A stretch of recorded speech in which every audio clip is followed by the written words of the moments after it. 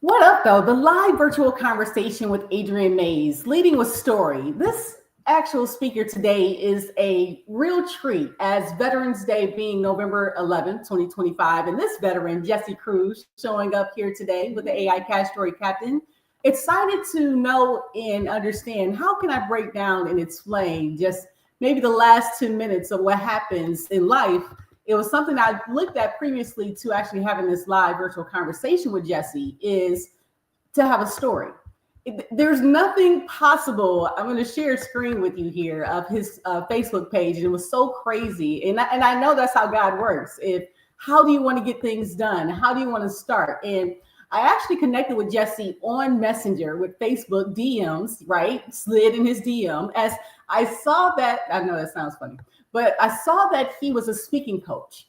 And he made sure that not only himself, but his wife has a Warriors project. And Adrian Mays is a warrior. It piqued my interest.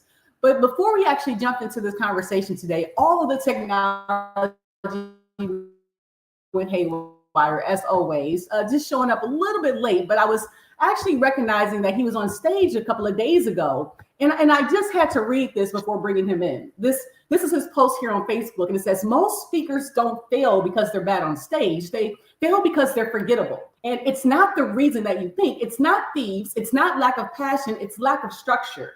I've seen incredible speakers struggle to get booked simply because they couldn't clearly explain what the problem they saw for the audience that they serve. And let's be real.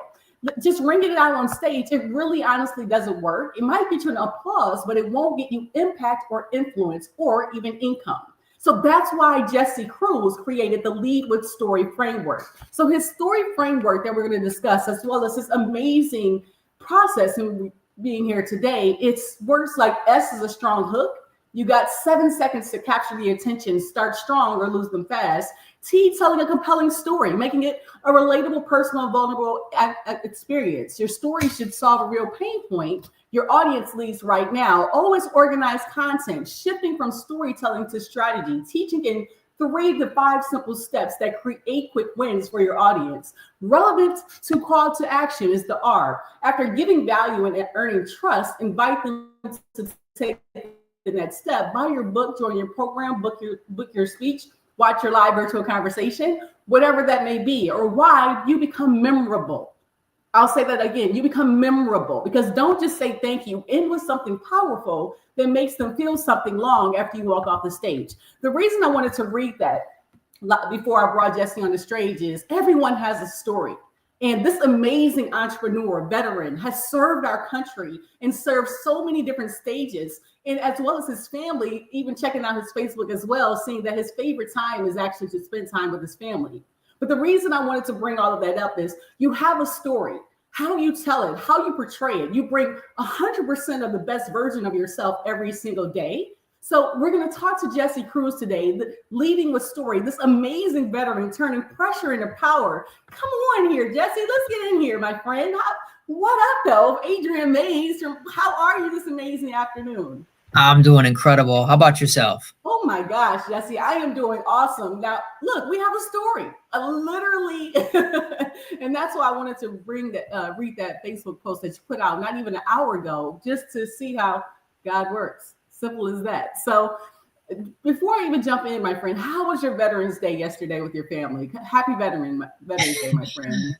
Thank you. It was peaceful. You know, my family and I, we have a tradition, you know, every year we just go out to dinner as a family, and it's been great. We really enjoy our time together. My wife and kids look forward to it, and it's just another day of the year we go celebrate something. So we always look for ways to find, you know, to honor each other and celebrate each other's wins. And so Veterans Day was incredible. Oh, in 2009 is what I saw that on your feed as well, is when you actually returned from an actual war. Is that correct? Yeah. Oh, okay, awesome. So I just really wanted to, like I said, give you your accolades there and just kind of start even from the beginning, realizing that every battle has a backstory. So Jesse, I wanted to ask, what was life like growing up before leadership, before even becoming a veteran, and success entering the picture now as a paid speaker as you are yourself right now? Yeah, I mean, I was lost. I had no clue what I wanted to do with my life. I kind of just followed the crowd. I just wanted to fit in. I wanted to be accepted. And so the idea of ever being a leader in any capacity, it's Mhm. just not something I ever thought could ever happen because I was just such a follower most of my life and was surrounded by a lot of people who, probably didn't have my best interest.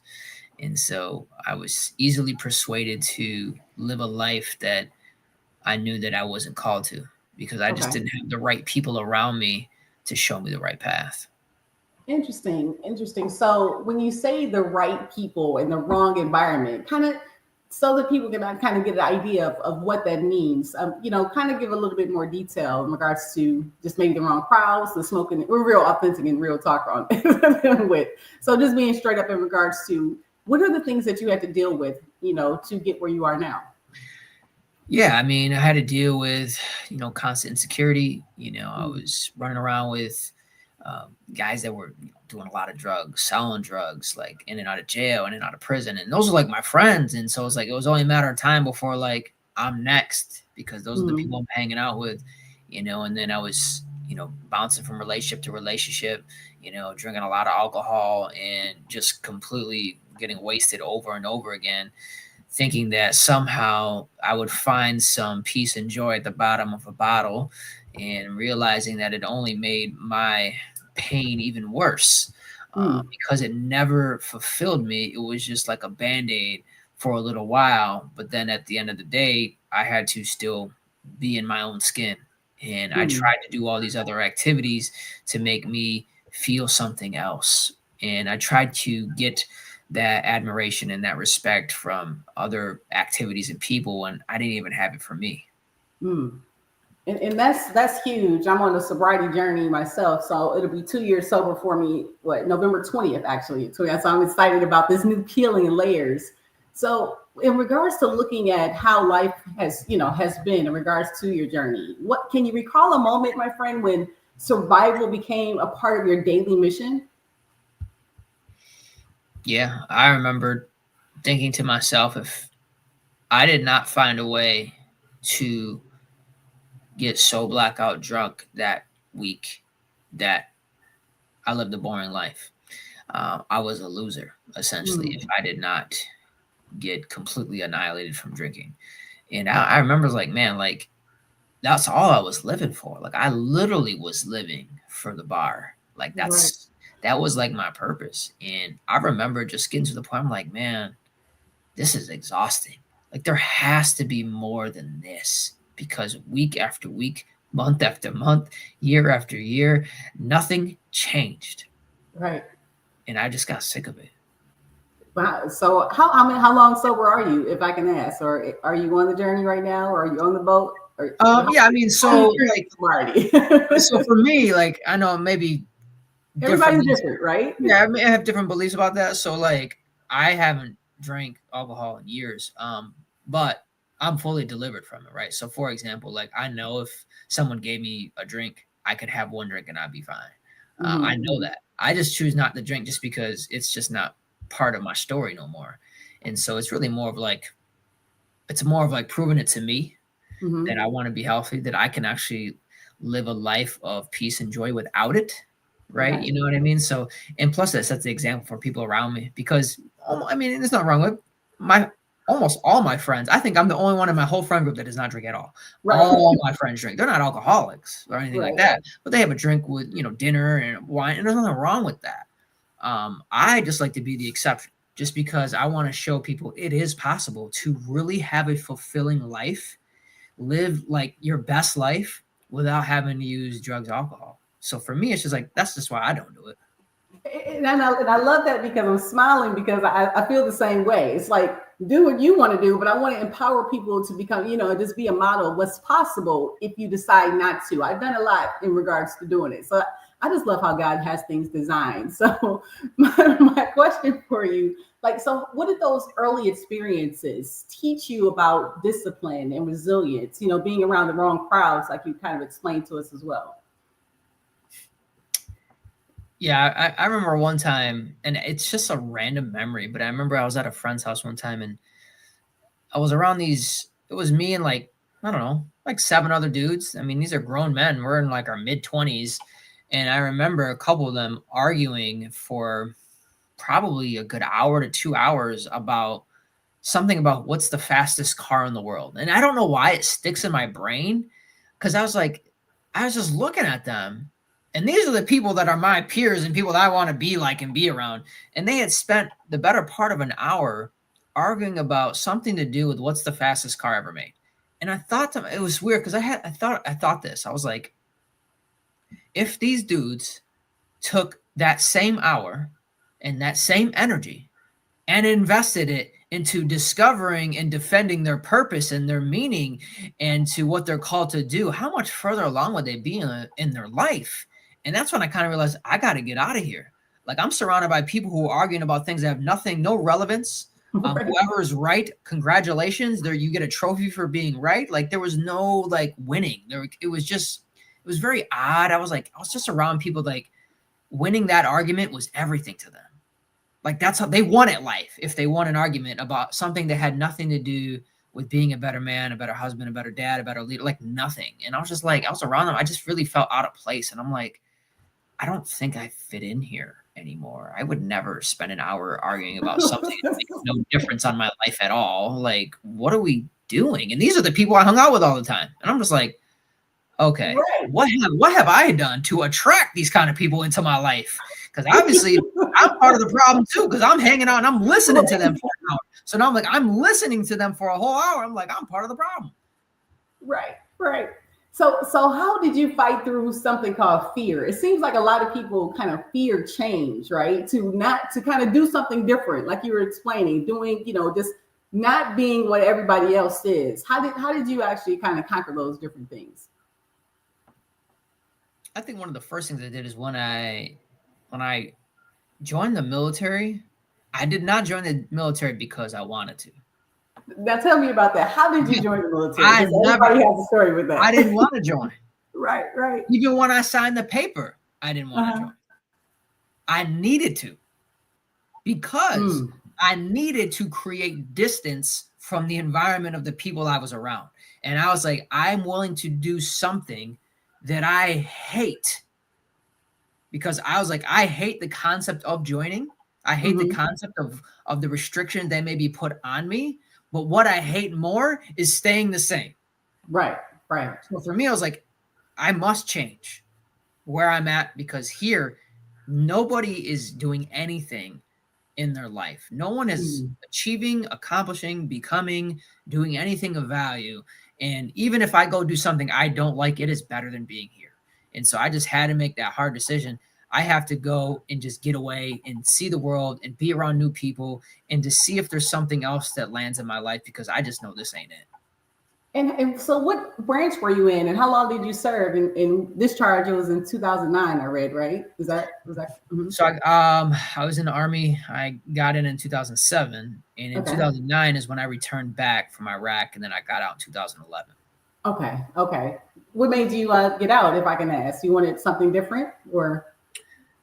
At the time, I was a dad, and congratulations. That's amazing. Thank you. My daughter was born, and when she was born, like 2 weeks later, I left for like a year, and it crushed me. That was one of the most hardest moments of my entire life, because I always promised myself I'm going to be a great dad. I'm always going to be around my children.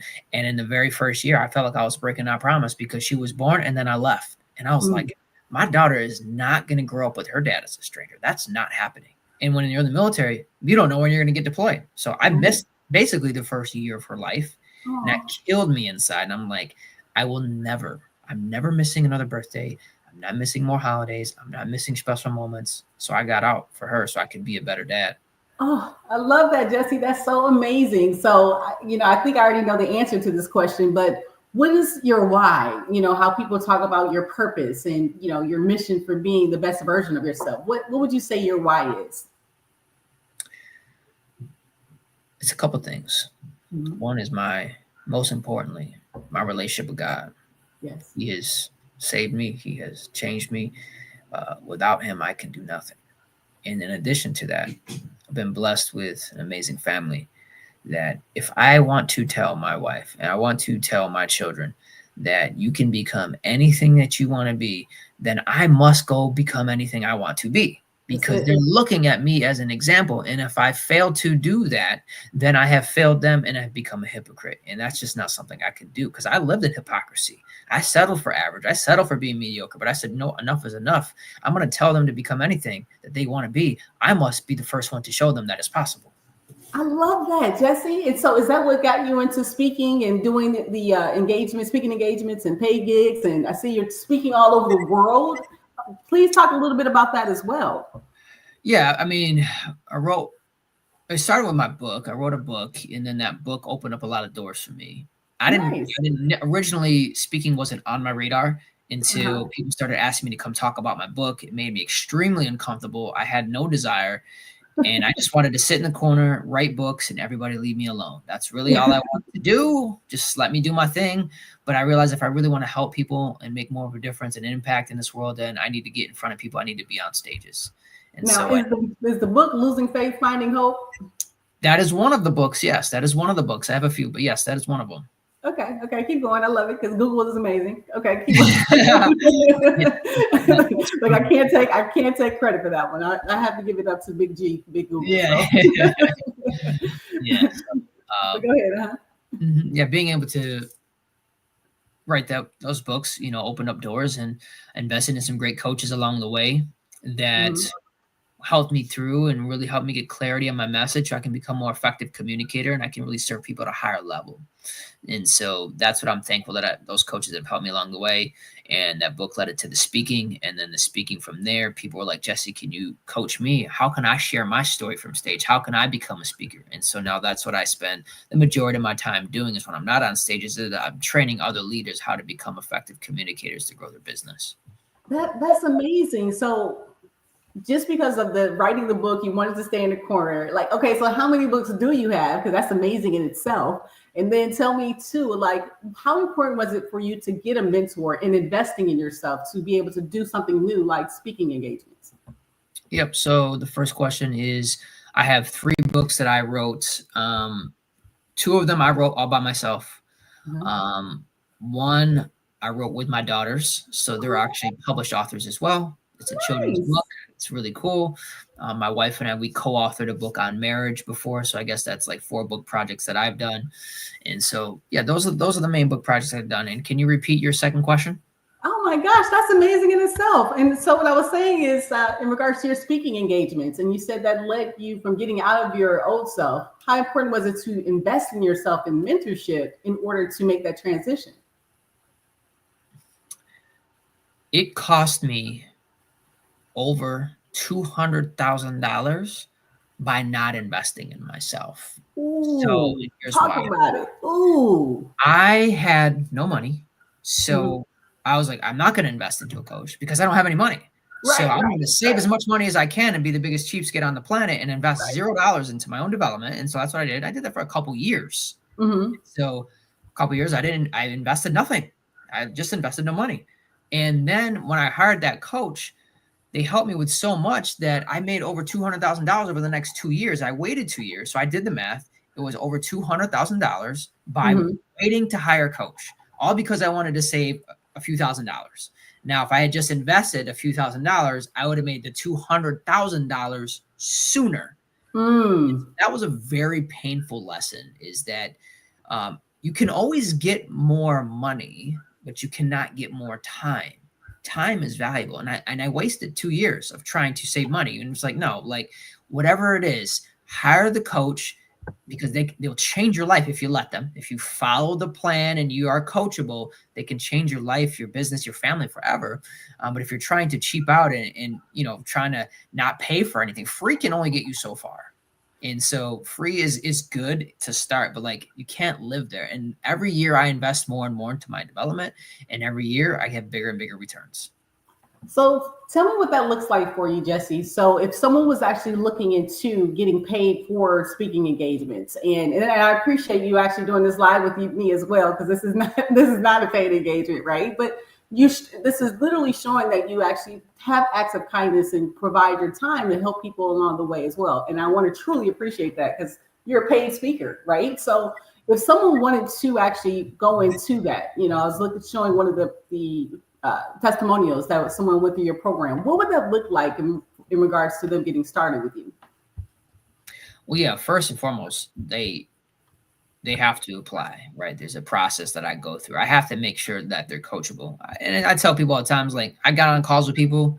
I'm not for everybody. And I'm going to tell you straight up, if I don't think I can help you, I'm going to pass you along to somebody else who I think can help you. And so it's like having a conversation, learning more about their situation, seeing if it's actually a good fit and it's aligned.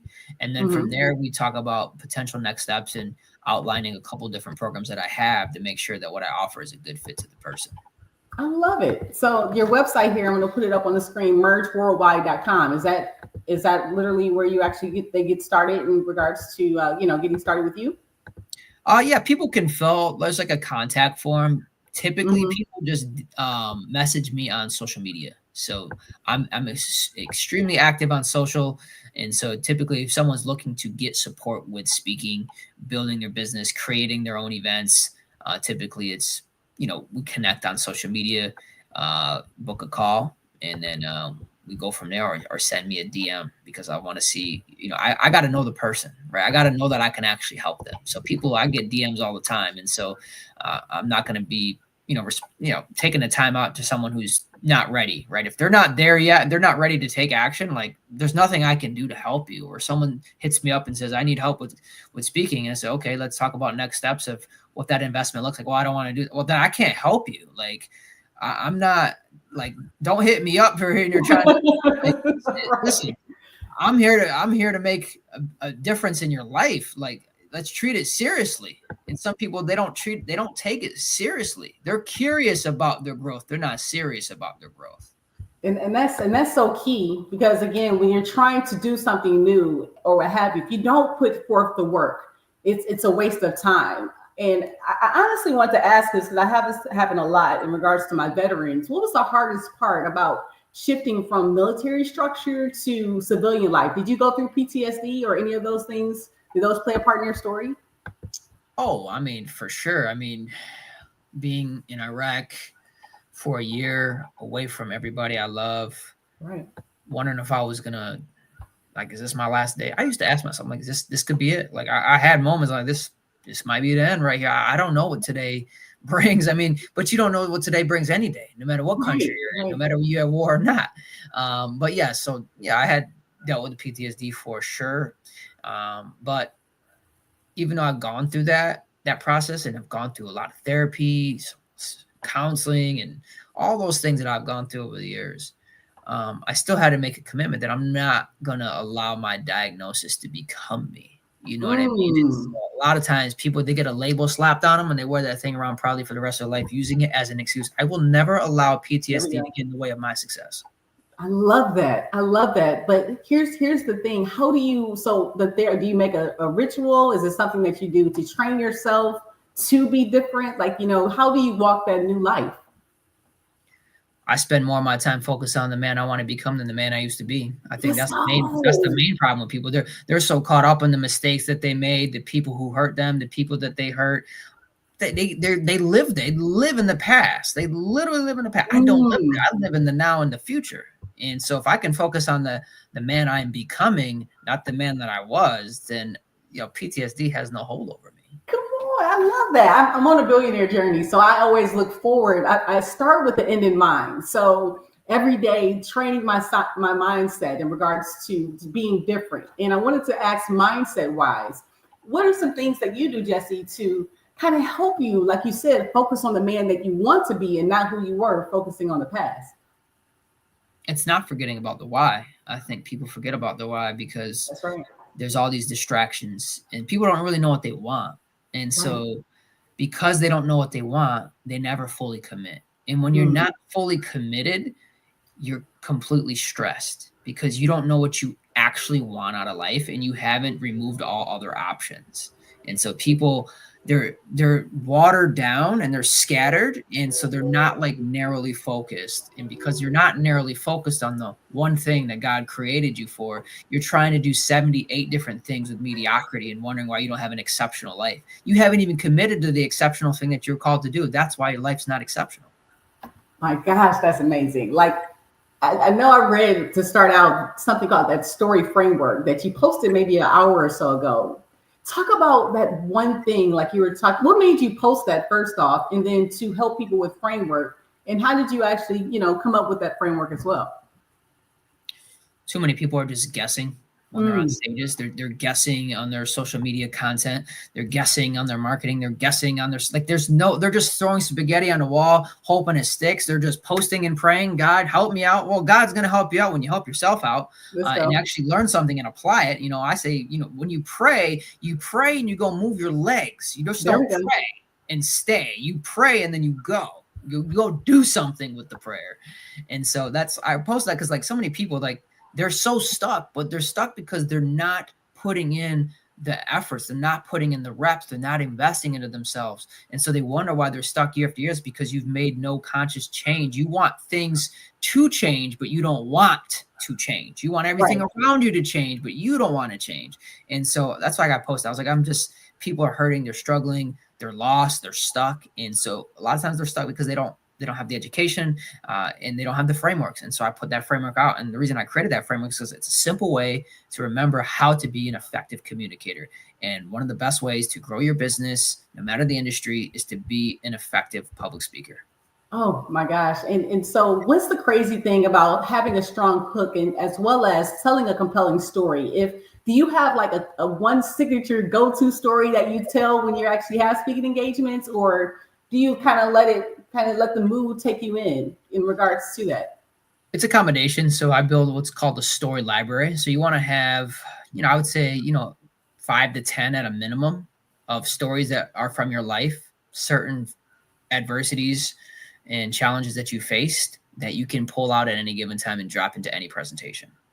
And you want to, make sure that you can, these stories by heart, like they're memorized because you lived them, you experience them. So you don't have to take all the time to, study word for word, because you're just really reliving the story again. And so to be a good storyteller, you're just not telling the story. You are literally reliving the story in front of your audience. So tell me this, I'm about to put you on the spot now. So you said you had to have 5 to 10. What's that one story that you've shared in larger settings or what have you that's made the most impact on someone to help them to take action? Do you have one of those signature stories? Yeah, I would say when I came back from Iraq, that was a powerful story that I've shared from stage before, for sure. Mm-hmm. So which part of it? The one that you shared before about in 2009, or what was the actual story? Yeah, so I picked up the phone, called my wife. I said, look, I'm going to be home soon. I've been gone for a while. I'm sorry for all the things that I've done, but I want to be a family again. And she says, you know what, Jesse, we've been through a lot. I said, I know, and I made a lot of mistakes, and I'm so sorry. I said, but if you just give me another opportunity, I'm going to change, and I'm gonna come home. And she said, okay. And so a couple of days later, I get on the plane. I leave Iraq. I get on the plane, and I touch down in Fort Hood, Texas. I get on this bus, this white bus where all the soldiers get on. Mm-hmm. They go to this homecoming field where all the wives, husbands, the dads, the moms, sisters, brother, the children, everybody in your family, they get in this big old field and they wait for you to get off this bus. And so I was so excited because I'm like, I have missed my family for a year and my family was falling apart. And I knew that this was it. This was my last chance to bring my family back together. And I get off this bus and I get out and I look over, my buddies, they go run into their wives, they run into their kids. And I'm watching them run and I'm like, man, it's amazing. And like, I'm getting off the bus and it's my turn and I'm looking over and then I'm looking over And then I look straight ahead and I walk closer off into the distance, and I get a little bit closer. I'm like, man, that's not her. And I get closer and I realize she's not there. She didn't show up. And in fact, nobody showed up that day. I was like the only soldier that had nobody, not one person. And the moment that I needed them the most showed up for me. And I remember the pain. It was so unbearable. Like I couldn't even breathe, because I was like, am I that worthless that not one person on the planet could show up for me in the moment I needed them the most? And I remember how like isolating and lonely that felt. Not to mention, now I'm homeless because she was supposed to get the house. She didn't get the house. Now I'm homeless. And I lost my family and my home in the same day. I have nowhere to live. And I'm just like, I don't even know where I'm going to sleep tonight. And one of my friends, he looks over at me. He's like, hey, man. He just met, his wife for the first time in a year. He's like, come stay at my place. I have a place for you. And I remember I could breathe like a sigh of relief for at least a moment to know that there was at least one person that cared enough. And I do believe that we all get moments of life where we question ourselves. Am I enough? Am I worthy? Am I deserving? Am I lovable? In that moment, I didn't feel like I was, but there was at least one person though. And he said, just come stay at my house, man. Your house is, my house is your house. And I was thankful. And also, there was so many lessons I learned along the way. Is like me and her, we ended up getting a divorce. Obviously, she didn't show up. We got a divorce. He said, "Get that, huh?" we got a divorce, and that was one of the best things that ever happened to me. It was one of the best moments of my life. And it's interesting how one of the worst moments of your life can be one of the best moments of your life all at the same time. And so, in that moment, worst thing ever. Looking back on it, man. That would have ruined a lot of things that I have going for me in my life right now if she had showed up. So I'm so glad that she didn't. Oh, see, and so how were you always introduced to God? Did you believe in him before, or how did that relationship grow to know that God has a plan for you and especially for you? I mean, I was raised in a church, but when I moved out, I ran away from God. I wanted nothing to do with God, because God, it was my parents. It was my parents' God. It wasn't my God. And so I was going to church following their beliefs, and it wasn't mine. I never made him my God. It was somebody else's God that I heard about. And so it was never personal for me. And so as I got a little bit older and later on in life, and I came back around, and when I was struggling and depression and addicted, and I just said, man, I sat in a church one Sunday and I said, God, if you're real, I'll give you one shot. That's it. I'm going to give you one shot. If you are real, come into my heart right now. Save me. I am a sinner. I am lost. I don't know what to do. I've tried everything and nothing has worked. And if you are real, I invite you into my heart and be the Lord of my life. And that was the best decision I ever made. So you made a challenge. I crack up when we do that as people. We made a challenge to God, like, you show up here. Now, please. I've been showing up for you every day, but I need you to show up right now. And so, like, authenticity, how important is it for you to not only be authentic, but also to share your story and to help other people share their story to help somebody else? Because I felt all of those words you were sharing. That's why I asked the story. I think these live virtual conversations are for me. But at the same time, blessing someone else. But you can go ahead and answer that question for me. Yeah, I think that's what separates our brand from others. Is like, my wife and I, we do this together. I got remarried since, I'm happily married, been over 11 years. She's amazing, by the way. I connected with her on Zoom. She's the best, right? And so our authenticity that we have, my wife and I know that's what draws people to us. Is because when people work with us and they hire us and, we coach with them, like, they literally are like family. Like, we do whatever we can to help them win, help them succeed, and be in their corner. So authenticity is a core value of what we do in our lives and our business. So this new year or new world, not even year, because AI is here. How does AI play a part in your business, in your life, or at all? Are you familiar with ChatGPT, or do you use any of those tools? I use it every day. There is not a day that goes by that I do not use AI. And I think if you're not using AI every day, eventually you're just going to get left behind. And So so say it one more time, Jesse, because I love when somebody else says it. Can you just say that one more time, please? you're not using AI every day, eventually you will get left behind. It's the truth. That's why I changed my whole title. You know, you can give yourself any kind of label. Hey, they want to label you an alcoholic. They want to label you a bum. They want to label. I'm the AI wealth strategist. You know, and you know why? Not because I know everything. It's because I know how to go find the tools. Like I mentioned, Big G, I was telling you about earlier. Google. You know, Chad. I call it Chat GPT from the D. So, in other words, how important is it in your story to be open to new things? Because AI just helps you amplify your authenticity. That's how I look at it, because it's no way comparable to it's like a dictionary on steroids, right? So, and you using AI every day, how does that, you know, how would you help other people kind of be introduced to it? Because I keep telling them they don't listen. I mean, you know.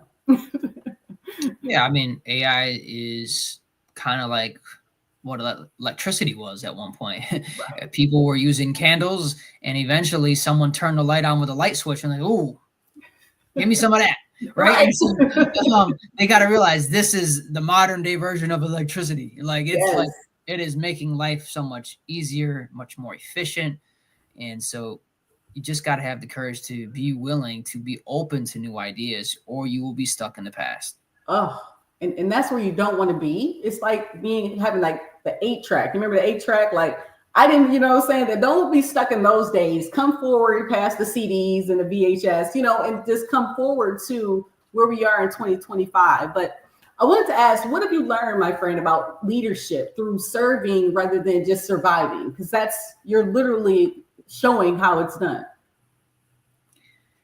Yeah, people think a lot of times leadership is about just how you help other people, but I think leadership really is about how you develop yourself internally. And so I think leadership really starts in 4 walls of your home. You really, you know, I don't want to be a person that is online and telling people to do this and do that, and they come to my home and my marriage is a mess. My kids don't talk to me or respect me. Like I don't want to live like that. And so I think like leadership really starts with yourself. It's like I like to put it into, you know, 3 categories. 1, my relationship with God. 2, my relationship with my wife. 3, my relationship with my children. If I can get that in alignment, then leading other people is going to be much smoother because I'm in complete alignment with the most important assignment that God has given me. And then everything else in my business is just bonus on top of it. I love it. I love it. So, like, in regards to, are you selective in regards to who you have speaking engagements for, or are you just open in regards to anyone that wants to be impacted by your story? Yeah, I mean, so obviously there's like a particular, oh, geez. Give me 1 second. No worries. This just fell down. There's obviously preferences I have, right? So I learned some lessons. I spoke to an audience one time that I had no business speaking to. I learned a hard lesson that I shouldn't be speaking to everybody. I should be speaking to the people that God has called me to speak to. You got to tell the story now. Like, which audience was it? I once spoke to an audience and I put them to sleep. Like it was terrible. It was awful. Now, granted, I wasn't as experienced or seasoned as I am now, but ultimately they couldn't relate to me and I couldn't relate to them. And I was trying to like fit in with them and be like, I wasn't being authentic at that time. And I said, and when I left, I said, I'm never doing this again. I have to speak to the people that I know God has created for me to speak to, not just because I want to be on stage and just so I can get my 15 minutes of fame and just so I can look good in the front of the room. You know, that's an ego trip. And so I was like, I have to do this alignment with purpose. I love it. And that's purpose is the next part that I wanted to actually kind of help you out. If there's someone that's trying to understand what their purpose is, how do you manage learning what your purpose is, as well as pressure and expectations that come out of success? 4 questions. What am I good at? What do I enjoy? Does the world need it? Can I get paid for it? The intersection of those 4 questions is where you will find your purpose. And most people won't even have the courage to ask those 4 questions, because if they did, it would force them to change, and no one wants to do that. So they'd rather just drift through life and just wonder and guess what it could potentially be. But if you sat long enough with yourself alone, you would see that there's certain things in your life that maybe are not going the direction you'd like. And that's why having that tough conversation with yourself, you got to start with you. You really have to understand that you're gifted in a certain way. And the stress comes from trying to live outside of the giftedness and trying to give people something that you don't have. You have your gift, but you're giving them something that's not your gift. Of course, you're going to be stressed. And so you want to live within the gift, you feel the purpose. Come on, that's in itself. If you think about having gifts, a lot of people say that everyone's journey is the same. I don't believe that at all, because no one has walked my walk. Like, we might have similar characteristics, but I'm only one of one. Let me just say that. And so there's no more Adrian Mazes around this world, and there's probably no more Jesse Cruzes as well. But when you start getting to being comfortable within, how important is it for you to love yourself even before you even try to help anyone? I know you mentioned your wife and your children. How important is it to show Jesse love in regards to being the best version of you? I believe a person will sabotage every relationship that they're in until they learn how to love the first relationship, which is the relationship with themselves. And so I've been in many relationships in my life. I ruined and destroyed and sabotaged all of them until my life now. I ruined all of them. And the reason why I ruined all of them is because I didn't love me. I just didn't. Like, I thought I did. I didn't actually love me. And so that's why it's so important to start with you. Like, when you love you, you will love the people around you better. Right. And other people get it twisted. They love their spouse, they love their children, they love their family, and that's important. But they love them so hard because they haven't taken the time to love themselves.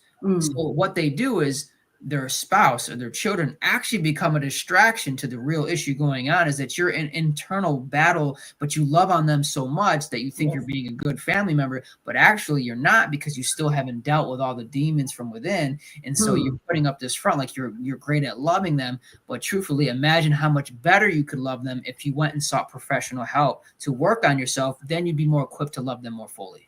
But then too, though, you have to realize that everyone's journey is their own.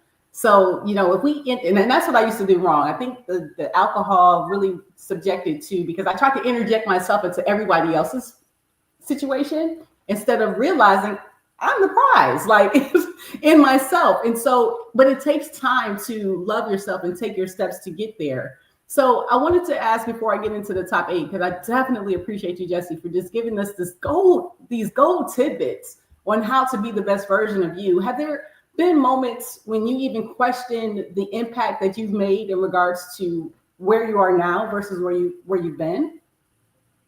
Have you ever questioned yourself? Constantly. Constantly. I don't think I'll ever stop either. And it's not because doubt, it's because growth. And so I don't doubt, like, my purpose. Sometimes I've doubted, am I the one to fulfill this purpose? And then I got to get into his word and realize that, yes, I am, that he's called me. He's given me a great gift and a great purpose, and he is going to make sure that it is fulfilled as long as I'm obedient to the calling. But yes, I've questioned myself constantly, over and over again. And I don't think there's necessarily anything wrong with questioning. I think it's good to ask those tough questions about yourself and search and seek those things out. I just don't think you let those voices win. And so I've just learned to seek the answer rather than dwell on the unanswered questions, when the answer is God. And I don't have all the answers to my questions, but he does. And so it's looking to shift my energy to the one who already has the solution. I love it. I love it, because again, when you realize that you're not in control, I'm a Virgo. And being a Virgo, analytical and so success oriented, everything that's happened in my life, I know I'm exactly where I'm supposed to be. And the most frustrating thing when someone is a control freak like myself is realizing that God has control. Adrian, I'm just riding. He's the one in the leadership position. So that is the most magnificent thing that I know. So what advice, Jesse, would you actually give someone trying to turn that pain into purpose? I think it's understanding that you can do more from a place of your healing than you can from a place of your woundedness. And this is what I coach some of my speakers on. They like, Jesse, I want to just share my story. I want to share my, that's great. Share your story. Just don't share that story from a place of your wounds. You share it from a place of your wins. Because if you share it from a place of the wounds, you're going to be up there crying up on stage. Now people feel bad for you. They have pity on you and they feel sorry for you and they can't look at you as a professional or a leader. So you have to create enough time and space in your life to heal from that pain. And then you turn it into purpose. It doesn't go from, immediate purpose while you're going through it. It doesn't feel like purpose. Purpose usually feels like torture before it becomes purpose. Yes. I even know there's a purpose for these live conversations. I've been doing them since May. And, right now I want to take it. Like I would love to invest in your coaching opportunity, but I know I'm limited just because of my decisions on September 30th, 2023, and I can't leave the state of Michigan. So I've been trying to show people what's possible. So I'm building my brand and consistency and showing people what's possible as well. So my point is to always have the ability to think outside the box, because you never know what God has aligned for you around the corner. That's literally it. So before we go into that top 8, my friend, when people tell your story one day, because we've talked about you impacting others and encouraging others to get the help they need to tell their story, what would you want and hope that people remember most about you? I know that was a good one, wasn't it?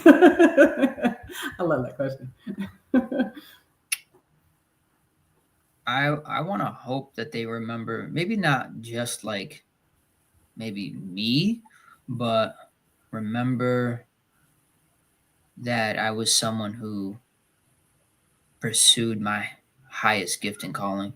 But more importantly, I want them to remember the one who created that gift and that calling.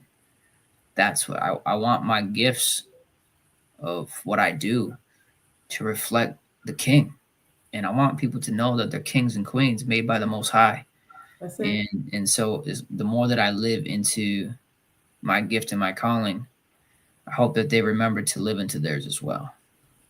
And that's so key. I say it all the time that I am a queen and God is my king. But people have to realize that what it means to be a queen is failure.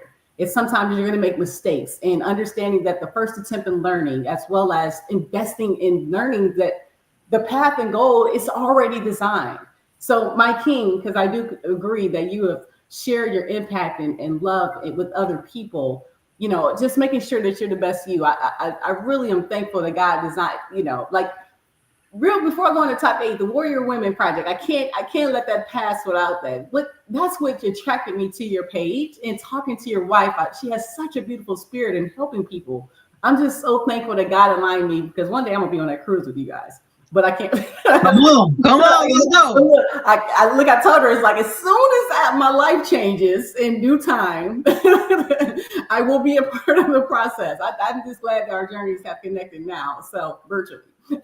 So we got to do what we got to do. So going into the top 8, my friend, it's just something fun. I like to actually connect with people to have fun, spirited questions, because you never know when things align or what clicks with people. So my first one is, if you could be any superhero character, what would that character be? Mine is Flash.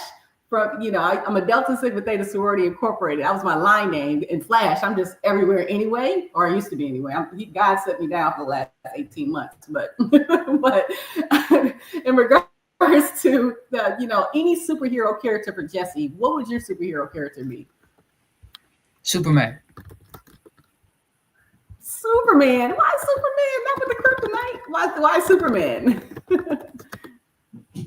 I just think it was my favorite show and movie growing up, and always just wanted to fly around with my cape and help people in distress. I just thought that was really cool. Come on, if you want to be the savior, and I like it. Okay, we can go with Superman. Now, if there's one food, Jesse, that you could eat all day, every day, I keep going back between pizza, watermelon, and sushi.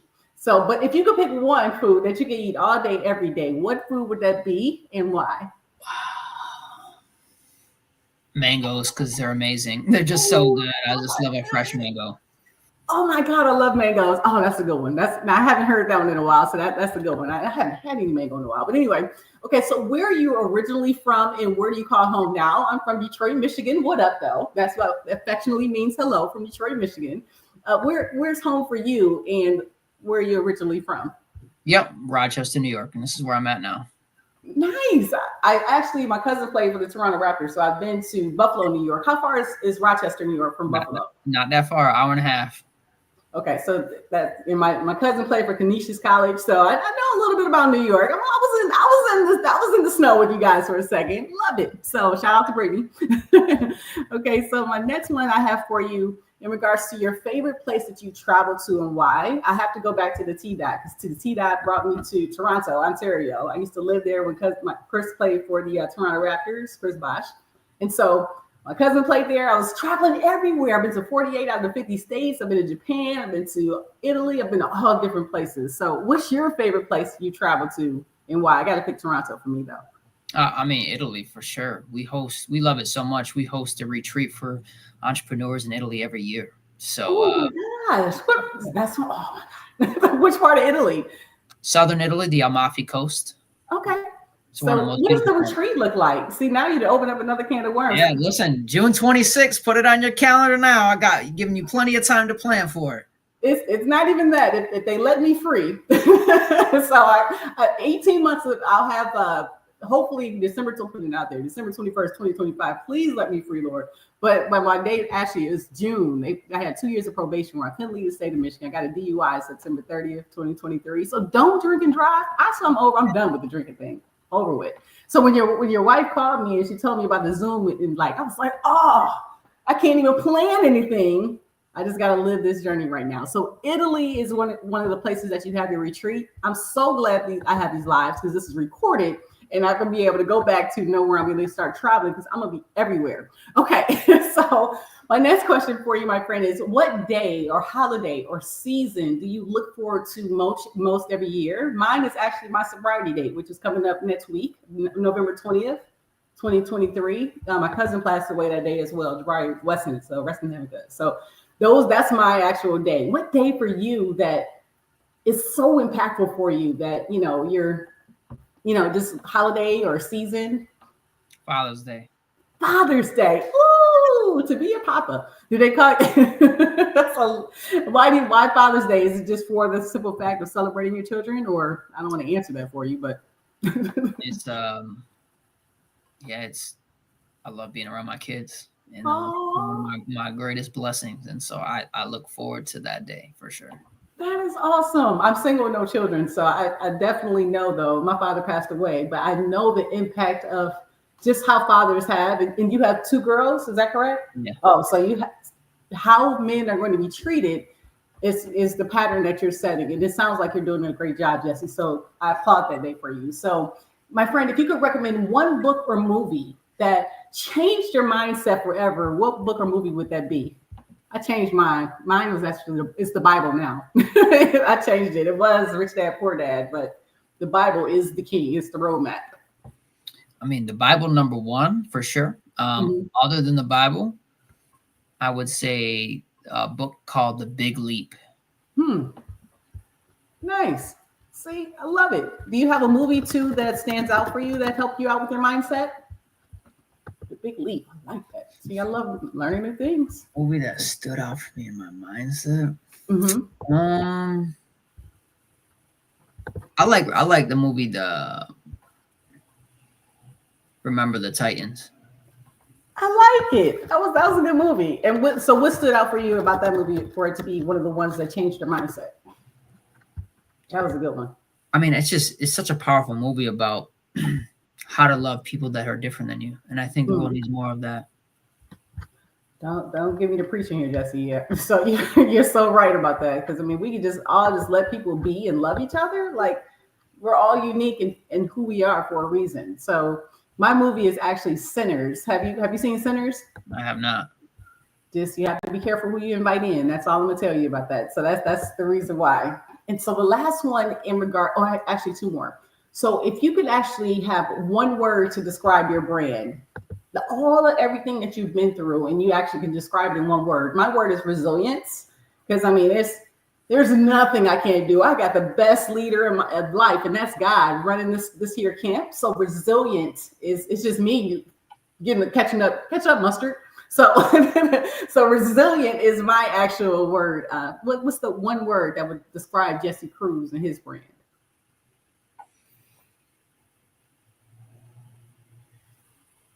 Love. These three words. I wish I could sing. Love. Why love, my friend? I don't think any brand exists without love, because whether you love business, you love people, you love solving problems. I just think it's all done out of love. And I think that the more you do things out of love, the better the world gets. And so that's how we treat our clients, is we just love on them. And that's why we've been able to get such great results with them. And you know what's so crazy about love? You think that it's something that everyone gets, but you have to give it to receive it. And I feel like you're genuine even through our conversation. That's why I love doing these. So Jesse, if you could go back and tap on the shoulder and give younger Jesse one piece of advice after all the life experiences that you've been through, what piece of advice would that be?